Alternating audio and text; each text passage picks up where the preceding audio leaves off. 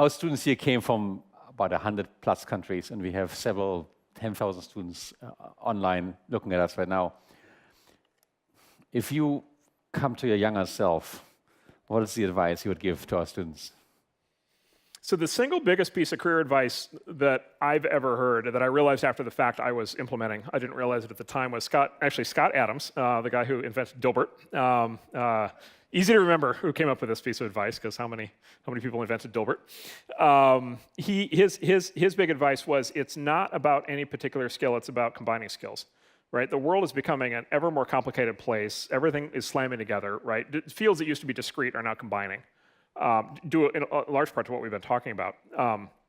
And so it's not about any individual skill, it's about combining skills and then constantly layering in new skills. And so like the great example is you can be an engineer and you can be an engineering track, you could be a writer, be a professional writer, but what if you're an engineer with writing skills, right? And then you can be the engineer who can then actually articulate what engineers do, which might be helpful. Or you could be a writer, right, who understands engineering culture, and you could write books about technology, right? And all of a sudden, like both of those are like highly differentiated skills. Like those are very special skills.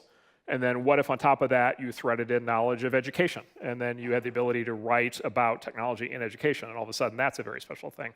And then basically through the course of your life, you just keep layering in, you keep layering in more and more skills. We were actually, I'll brag on Sebastian, professor turned executive turned entrepreneur, right? Is like, now talk about like a magical combination of skills, right? There's no possible professor who can keep up with him in business, and there are very few business people who can keep up with him on the intellectual side of things.